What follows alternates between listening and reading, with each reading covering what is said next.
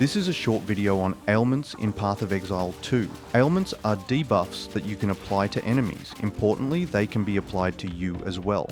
Ailments are also linked to damage elements at base. However, it is possible to use support gems to change this. First, we will look at Bleed. Bleed is the only fully physical ailment. Bleed is also one of the 3 damaging ailments. When you apply Bleed, the enemy will take 15% of the damage from the attack that applied the bleed. The base duration is 5 seconds. If the enemy is moving while it is bleeding, the damage of the bleed will be doubled. When an enemy is afflicted with bleed, it will have this icon under the health bar, and there will be a bleed effect on the enemies. Poison is another ailment that damages. It is linked to chaos damage. Poison uses a similar calculation as Bleed does. It will do 20% of the attack that applied the poison's damage every second. The base duration is 2 seconds. While poison can be applied with physical attacks, its damage over time will always be chaos damage. When an enemy is afflicted with poison, it will have this icon under the health bar, and their whole health bar will turn green for the duration. Ignite is linked to fire damage. It is also a damage ailment. Ignite will burn an enemy for 20% of the damage the attack that inflicted the ignite hit for every second. The base duration is 4 seconds. When an enemy has been ignited, there will be this icon under the health bar, and there will also be a burning effect on the enemies themselves. Next, we have Cold. Cold is the first of the non-damaging ailments. When you apply Cold, it will chill an enemy. When chill is applied, it will slow all enemy actions by up to 50%. The amount the enemy is slowed is calculated by the amount of damage the attack did that applied the chill. When an enemy is chilled, it will have this icon under the health bar, and the enemies will have a chill effect on them. Freeze is an ailment closely linked to Cold. When shooting an enemy, they will have a freeze meter building up.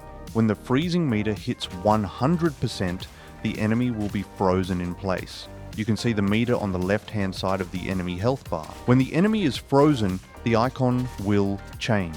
The enemy will become an ice statue as well. The freeze will last for 4 seconds. If the enemy is still alive when the duration expires, they will have a resistance to freezing for around 15 seconds.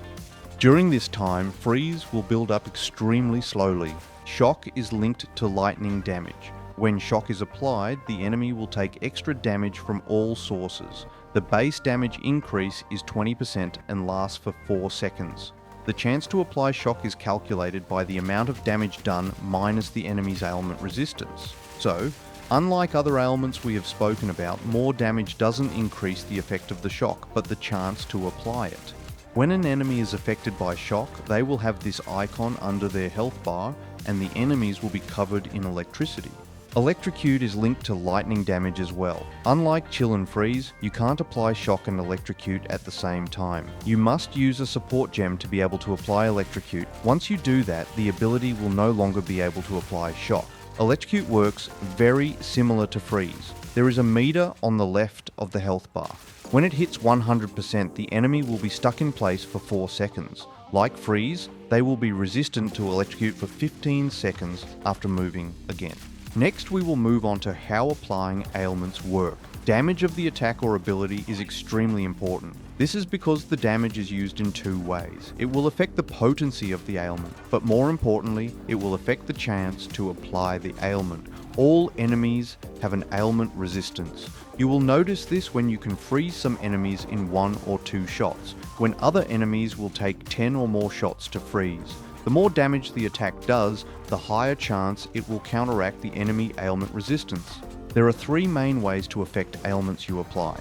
These are through the chance to apply the ailment, the magnitude of the ailment, and the duration of the ailment. These can be affected through passive skills, support gems, and armor. Chance to apply is a simple increase to the chance to apply the ailment. Since some ailments are easier to apply than others, you can decide if you need this. Next is magnitude.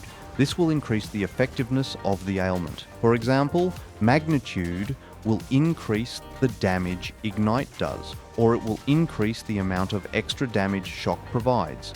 Duration will increase the duration of the ailments.